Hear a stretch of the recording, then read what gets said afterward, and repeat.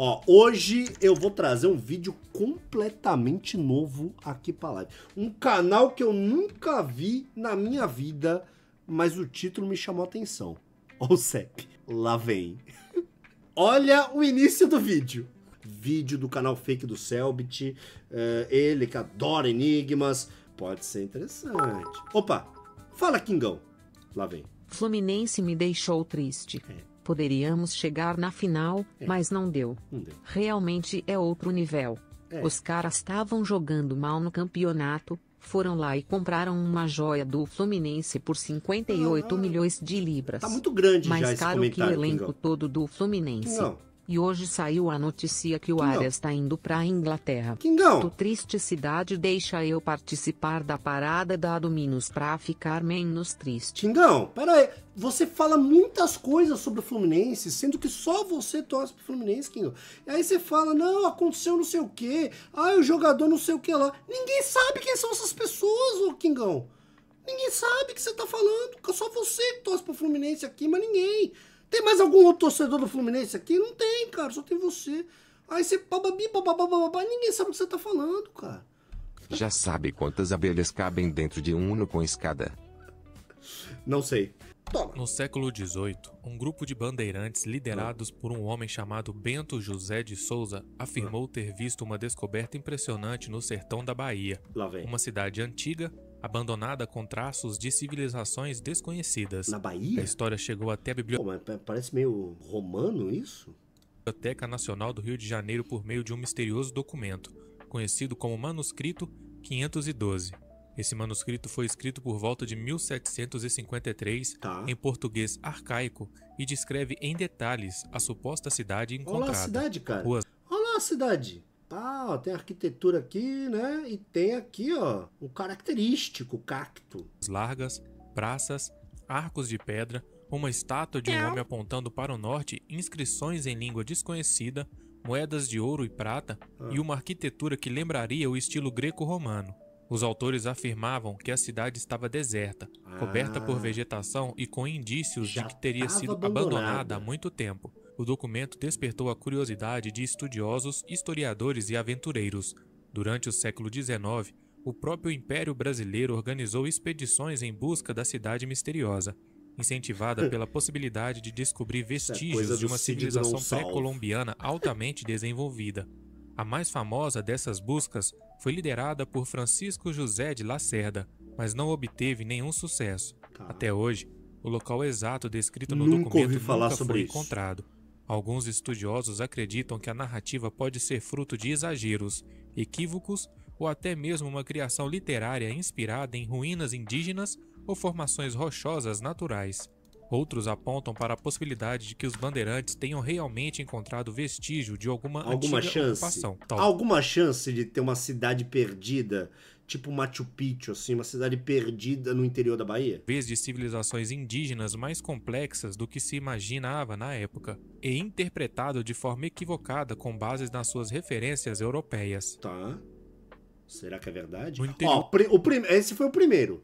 Esse foi o primeiro mistério. Quero saber do chat. Vocês vão ser os investigadores aí, né? É como se vocês trabalhassem na History Channel. Verdade ou mentira? Olha lá, acho bem possível, Cid. Aí o de baixo, mentira. Mentira. Ó, 4 mentiras seguido e um ié em seguida. Eu acho que deve ter sido um cara que deu uma viajada.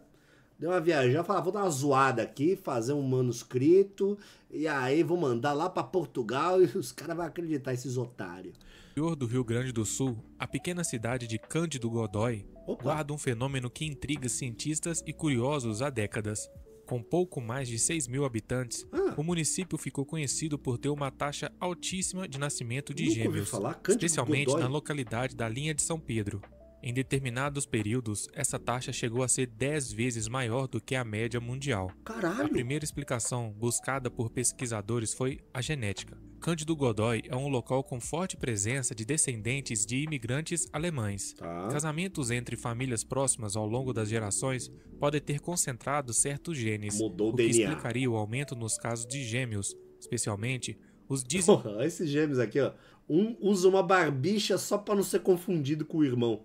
dizigóticos, não idênticos. A curiosidade cresceu quando começaram a circular teorias mais sombrias. Uma das mais populares associa o fenômeno a supostos experimentos genéticos de Joseph Mengele. Sério? Essa narrativa ganhou força com a presença de Joseph. Após a Segunda Guerra Mundial, Mengele fugiu para a América do Sul e, segundo relatos, teria passado pelo Brasil. Algumas versões sugerem que Mengele teria se escondido em regiões do sul do Brasil e continuado os experimentos em segredo. Porra, A em partir dessa Godoy, teoria, Cândido muitos Godoy? passaram a acreditar que o aumento de gêmeos em Cândido Godoy estaria ligado à atuação clandestina do médico. No entanto, não há provas documentais ou científicas que sustentam essa hipótese. A própria população local apresenta opiniões divididas. Enquanto alguns veem o Pô, fenômeno peraí, a própria população, alguns acreditam que teve experimento científico lá pra ter mais gêmeos. como uma bênção ou uma curiosidade biológica, Não é possível. outros se incomodam com o sensacionalismo em torno da cidade. O fato é que Cândido Godoy virou um tema de documentários, livros e estudos acadêmicos, sempre com o mesmo ponto de partida. Por que nascem tantos gêmeos aqui? Pô, interessante essa. Nunca tinha ouvido falar sobre Cândido Godoy. Em agosto de 1966, um dos casos mais misteriosos da história criminal brasileira começou a se desenrolar em um morro do Rio de Janeiro. 2 corpos encontrados no Morro do Vintém, em Niterói. Eram de 2 técnicos em eletrônica, Manuel Pereira da Cruz e Miguel José Viana, ambos naturais de Campo dos Goitacazes, no interior do estado. Mas o que mais intrigou os investigadores e a população não foi apenas o fim deles em si, e sim as circunstâncias em que ela ocorreu. Os 2 homens foram encontrados vestindo ternos impecáveis, com capas de chuva por cima e o mais inusitado, máscaras de chumbo cobrindo os olhos. Não havia... Tá, isso é estranho. Você está em Niterói usando terno e um óculos de chumbo. Isso é um pouco estranho.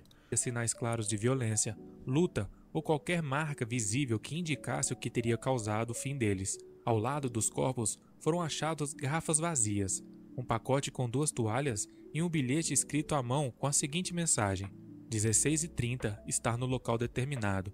18h30, ingerir cápsulas. Após efeito, proteger metais, aguardar sinal máscara. Eita, o texto porra. enigmático, junto com os objetos encontrados, levantou uma série de hipóteses, nenhuma delas conclusiva. Inicialmente, pensou que eles mesmos teriam provocado seu próprio fim ou um ritual esotérico. Os 2 homens, segundo relatos de amigos e familiares, tinham interesse em temas como espiritismo e experiências extracorporais. Havia rumores que eles estariam tentando entrar em contato com seres de outro plano, usando supostos métodos para alcançar estados alterados de consciência.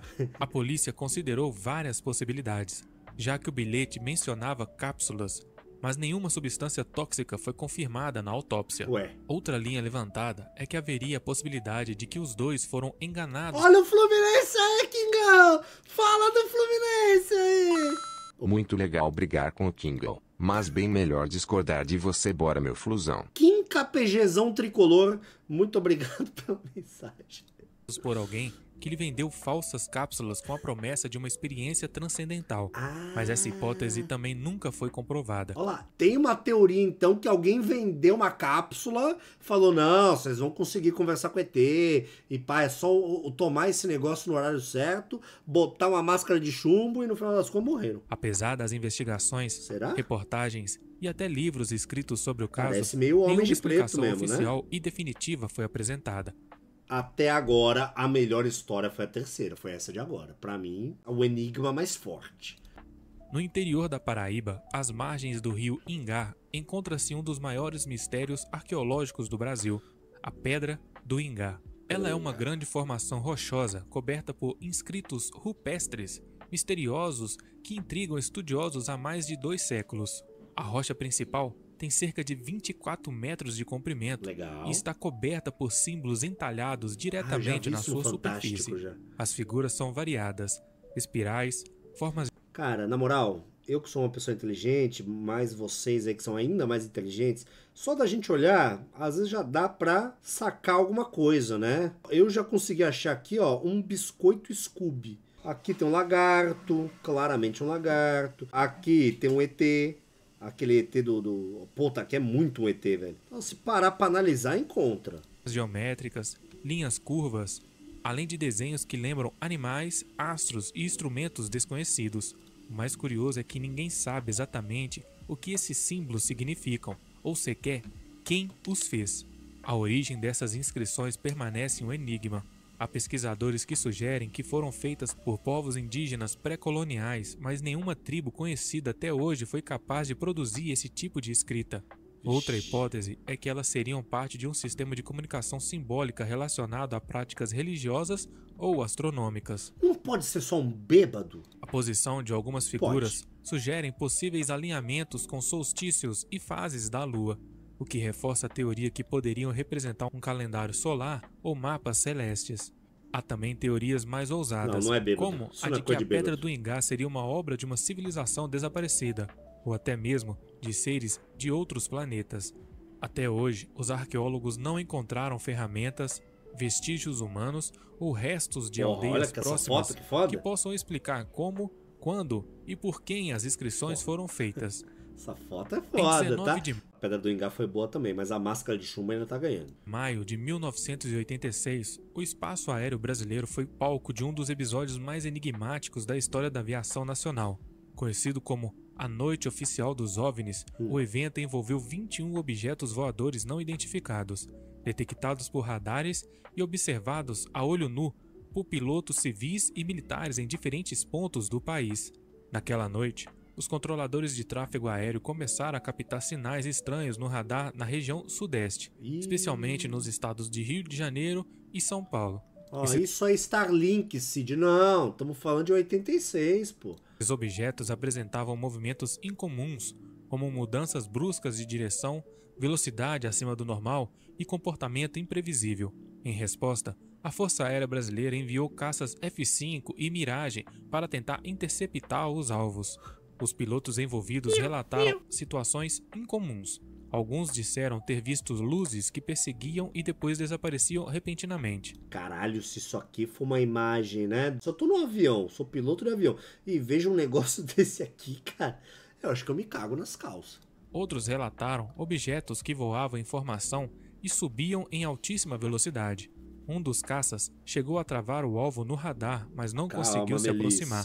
Segundo os registros da FAB, os objetos voavam a mais de 1000 km por hora e em certos momentos desapareciam completamente dos sistemas de rastreamento. Estranho. Ao todo, 5 caças participaram da operação. O então ministro da Aeronáutica, Otávio Júlio Moreira Lima, concedeu uma entrevista coletiva no dia seguinte, confirmando o ocorrido e destacando que os objetos eram reais e com comportamento inteligente. Ih, rapaz, nunca ouvi falar sobre isso, cara. O episódio foi tratado com seriedade pelas autoridades, que abriram um inquérito para investigar o caso. Durante décadas, os documentos oficiais ficaram sob sigilo. Somente em 2009, parte dos registros foram liberados pelo Arquivo Nacional. No entanto, nenhuma explicação definitiva foi apresentada. Pô, me deixou inquieto essa noite dos OVNIs, hein? Eu acho que é mais misterioso do que a máscara de chumbo. Com certeza. A Operação Prato eu conheço, mas essa noite dos OVNIs eu não sabia, não. Em 1925, o explorador britânico Percy Harrison Fawcett adentrou as densas florestas da Amazônia brasileira com um objetivo ambicioso: encontrar uma cidade perdida que ele acreditava estar escondida no coração do continente sul-americano. Essa cidade, que ele chamava de Z, seria a prova da existência de uma civilização avançada que teria habitado a região muito antes da chegada dos europeus. Cara, quais as chances de ter uma cidade no Brasil chamada de Z? Ela já tinha o nome de Z ou ele que deu o nome de Z, né? Porque o brasileiro quase não usa Z. Fawcett jamais voltou. Fawcett não era um aventureiro qualquer. Ele era um respeitado geógrafo, arqueólogo e militar, com experiência em expedições na América do Sul. Durante anos, estudou mapas antigos, relatos indígenas e documentos coloniais que sugeriam a existência de ruínas em uma cidade desconhecida no Brasil Central. Em suas cartas, descrevia uma civilização com traços arquitetônicos sofisticados. Pô, isso aqui parece cena de filme antigo os índios, olha, os aborígenes, vão fazer um caldeirão com nós americanos. E poderiam reescrever a história do continente. A última expedição foi feita com um grupo pequeno, apenas seu filho Jack, um amigo da família e 2 guias. partiram de Cuiabá rumo ao sertão do norte do Mato Grosso, em direção a uma região remota e inexplorada. Ainda é remoto e inexplorado. Imagina nessa época, cara. A gente tinha que ser muito corajoso, né? Pra andar aí no meio do interior, do caralho a quatro, porra. Após o envio de uma última carta, escrita em maio de 1925, nunca mais se teve notícia do grupo. Nenhum corpo, equipamento ou vestígio concreto foi encontrado. Caralho. O desaparecimento de Fawcett causou comoção internacional. Diversas expedições de resgate foram organizadas ao longo das décadas seguintes, envolvendo aventureiros, militares, jornalistas e até espiões. Nem a Com o câmera. tempo, surgiram inúmeras teorias. Algumas acreditam que o grupo foi dessa para melhor, outros sugerem que tiveram fim por causa de fome ou doenças. Há até quem defenda que Fawcett decidiu viver com a tribo isolada, rejeitando o mundo ocidental. Será? Mas nenhuma dessas hipóteses foram confirmadas. Caramba, tá. Cidade Perdida aí, mais uma, né? Ritmo, é ritmo de festa. Que isso, cara? Oi, seu Cid, pede uma pizza e pede na Domino's. Se eu ganhar o sorteio, pago o refri. Na madrugada de 30 de janeiro de Obrigado, 1979, um avião cargueiro da empresa Varig, modelo Boeing 707, desapareceu misteriosamente sobre o Oceano Pacífico. O voo 967 havia decolado de Tóquio, no Japão, com destino ao Rio de Janeiro, com uma parada prevista em Los Angeles. 30 minutos após a decolagem, o contato foi perdido e o avião nunca mais foi visto. O que torna... Peraí. Ele saiu de Tóquio e ia pro Rio de Janeiro com uma parada aqui em Los Angeles. Então, na verdade, era aqui e depois aqui, né? Nesse caso ainda mais intrigante é que não havia passageiros a bordo. Apenas 6 tripulantes altamente experientes. A carga do voo incluía equipamentos eletrônicos e obras de artes avaliadas em cerca de $1,5 milhão de dólares. É estranho. Um avião desse tamanho só tinha 6 pessoas dentro? Cheio de obra de arte? Aí o negócio ficou estranho. Valor significativo para a época. Nenhum sinal de emergência foi emitido. 1 milhão na época, nenhum né? pedido de socorro. O avião simplesmente sumiu dos radares.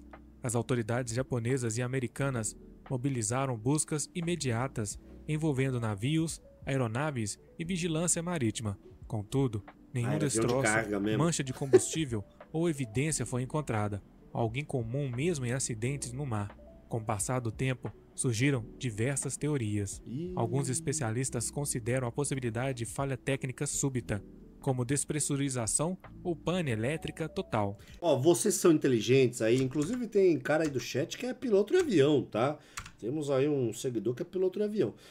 Vocês aí que manjam sobre todos os assuntos, seguem o Sérgio Foguetes e tudo mais, tem como você sequestrar um avião e fugir com um avião, tipo assim, pousar num lugar que ninguém vai descobrir, pega as coisas do avião e esconde o avião? Tem como?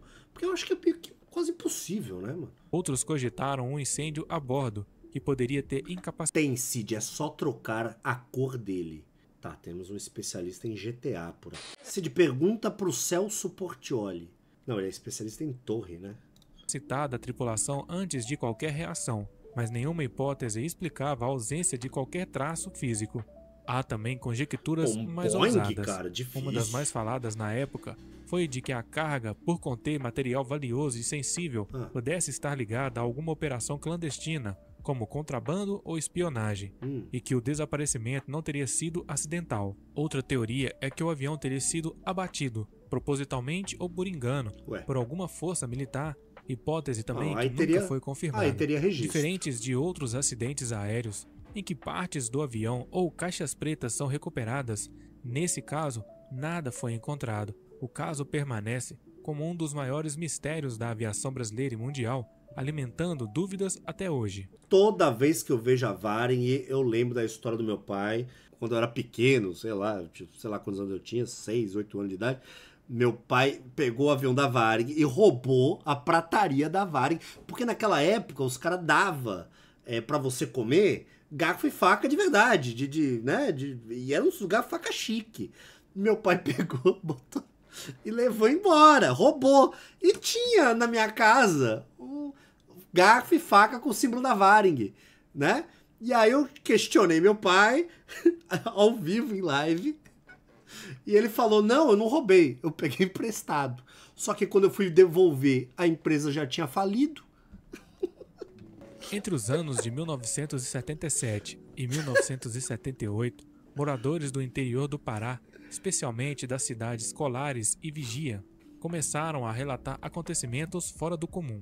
Objetos luminosos surgiam no céu, faziam voos em alta velocidade e, segundo os relatos, até lançavam feixes de luz sobre as pessoas. Tá. Os habitantes estavam assustados. Essa é famosa. Diziam se sentir fracos após o ataque e apresentavam queimaduras estranhas no corpo. O pânico foi tão grande que muitos abandonaram suas casas à noite com medo do que chamavam de chupa-chupa, uma Chupa-chupa, cara.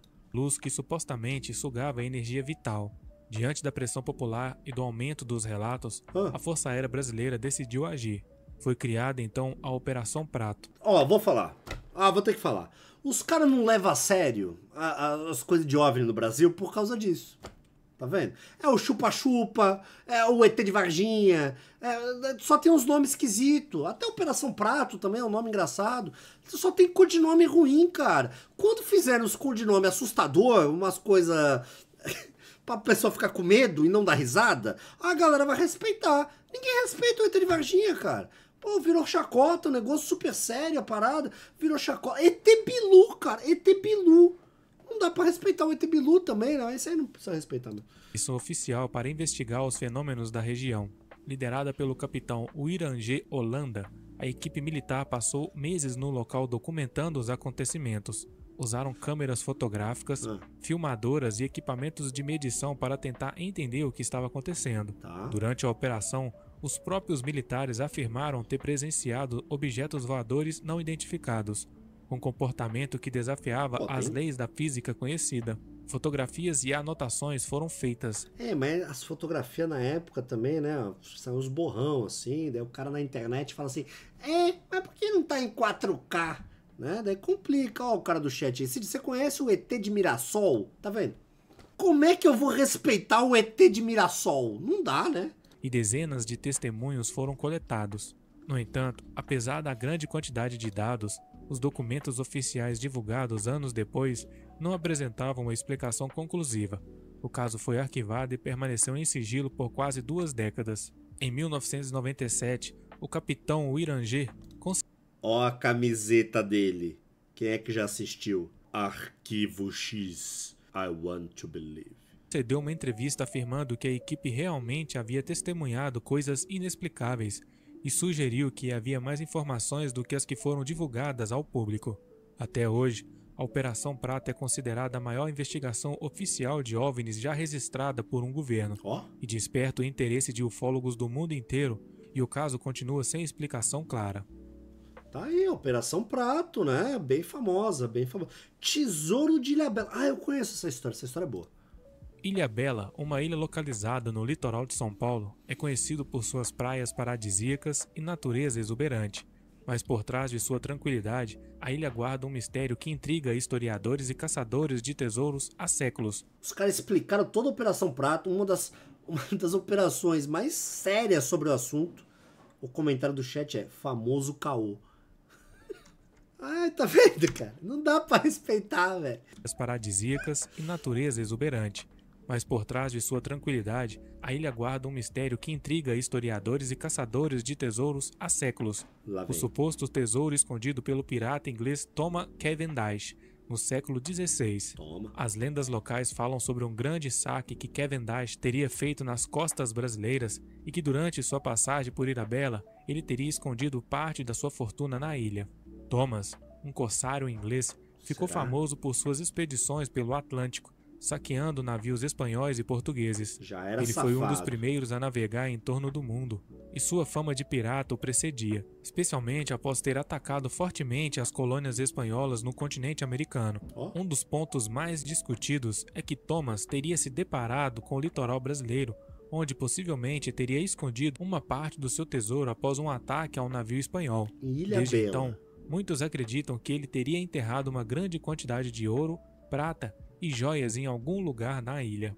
As histórias sobre o tesouro de Cavendish começaram a ser divulgadas no final do século XIX, quando pescadores locais e moradores começaram a falar sobre a existência de riquezas escondidas. Diversas expedições já foram feitas em busca do tesouro, com equipes de arqueólogos, caçadores de tesouros e até mesmo militares que tentaram desvendar o enigma. A busca tornou-se tão intensa que o próprio governo brasileiro, interessado na preservação da história e patrimônio, Interessado no quê? Na história? Sei. começou a monitorar a ilha mais de perto. Foram realizadas escavações em pontos considerados estratégicos, mas os resultados foram os de sempre.